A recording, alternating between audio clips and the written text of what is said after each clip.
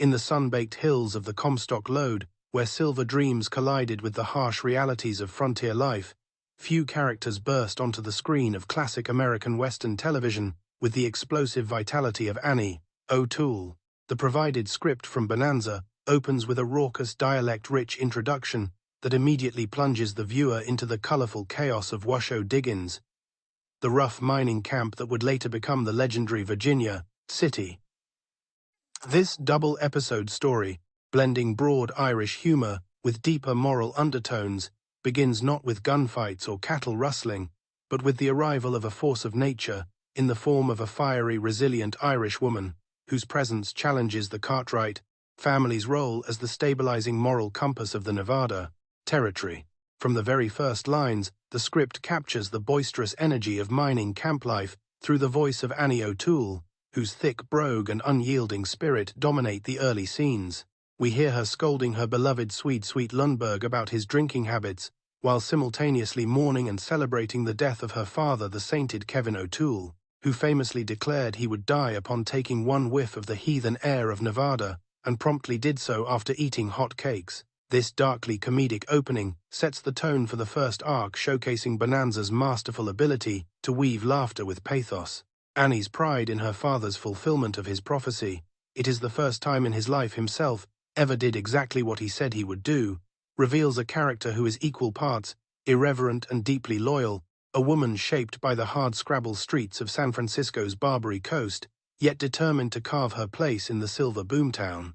The Cartwrights enter the narrative as the voice of reason and order in a lawless land. Ben Cartwright, ever the patriarchal figure of wisdom, is reluctantly drawn into the role of dispute referee under miners' law, a system that relied on community consensus rather than formal courts. His sons Adam, with his principled intellect, Hoss with his gentle giant strength, and the implied presence of Little Joe, represent the family's commitment to justice amid the greed and chaos of the Silver Rush. When Annie arrives with her father's body and demands to stay on the claim staked by the Swede, the Cartwrights encounter a woman who refuses to be intimidated by the rough environment or by Adam's well-meaning but patronizing advice that this is no place for a nice, charming lady.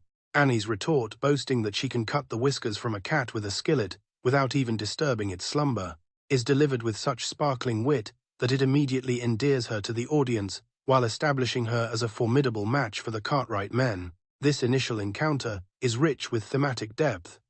The script contrasts the rough-and-tumble masculinity of the mining camp with Annie's unapologetic femininity and entrepreneurial drive.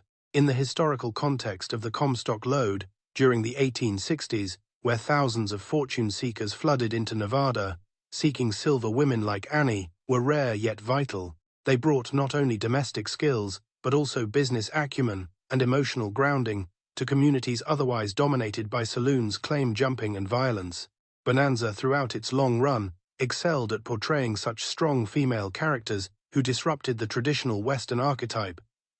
And Annie O'Toole stands as one of the most memorable. Her refusal to return to the good salt air of San Francisco, insisting on staying to honor her father's grave and pursue opportunity, embodies the pioneer spirit that the series so lovingly celebrated. As the scene unfolds, Adam's growing exasperation and reluctant admiration for Annie highlight the episode's exploration of family dynamics and moral responsibility.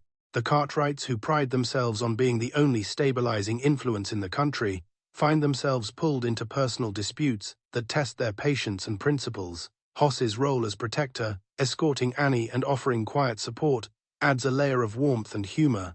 His massive frame, contrasting comically with Annie's sharp tongue, as she declares, "My ain't you the big one, though." These early interactions are paced perfectly with dialogue that crackles with authentic frontier vernacular mixed with Irish lilt, allowing the performances to shine even in this transcript form. One can easily imagine the actors delivering these lines with the perfect blend of exasperation and affection that made Bonanza a beloved staple of American television. The script's attention to detail in these opening sequences further enriches the world-building. References to grub-staking claim notices and the scarcity of basic supplies like onions or wood paint a vivid picture of daily life in a boomtown where a single lucky strike could transform lives overnight, yet survival remained precarious. Kevin O'Toole's grave, placed on what turns out to be a potentially rich claim, becomes not merely a plot device, but a symbol of legacy sacrifice, and the intersection of life and death in the mining West. Annie's insistence on keeping her father there, refusing to move him for the sake of profit, speaks to deeper themes of respect for the dead and human dignity amid the frenzy of silver fever. Bonanza's writing in this episode demonstrates its enduring strength in character-driven storytelling. Rather than relying solely on action, the script allows relationships to breathe and develop organically. Adam's initial attempts to send Annie packing evolve into a complex partnership, foreshadowing the comedic and dramatic tensions to come. The humor arises naturally from cultural clashes, Annie's Barbary Coast sensibilities versus the more refined manners of the Cartwrights, and from the absurdity of frontier disputes. Yet beneath the laughter lies a thoughtful examination of immigration, gender roles, and community building in the American West. Irish immigrants like the O'Tooles brought their resilience, humor, and Catholic-infused worldview to a Protestant-dominated frontier, enriching the cultural tapestry that Bonanza so effectively portrayed. As Annie begins to assert her presence, setting up camp and displaying her cooking prowess, the episode cleverly uses her as a catalyst for examining the Cartwright family's values. Ben's temporary role as referee underscores the series' recurring motif of informal justice prevailing, where formal law has not yet taken hold. This was a common reality in the Comstock during its early years, where miners' courts often decided claim disputes with a rough sense of fairness.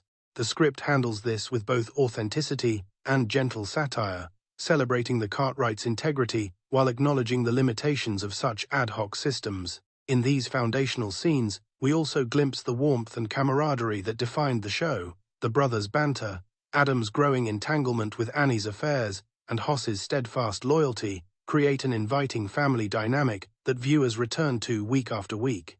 Annie's larger-than-life personality serves as a perfect foil, injecting fresh energy into the established ensemble.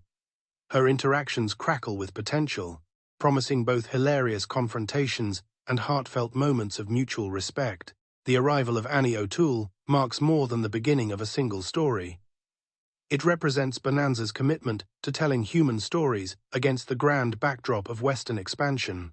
The script's rough transcript, filled with phonetic spellings and hearing errors, still conveys the vibrant dialogue and emotional undercurrents that made the original episode so memorable. One can sense the laughter in the audience as Annie spars with Adam, the quiet admiration as she honors her father, and the subtle tension as larger conflicts over claims and silver loom on the horizon.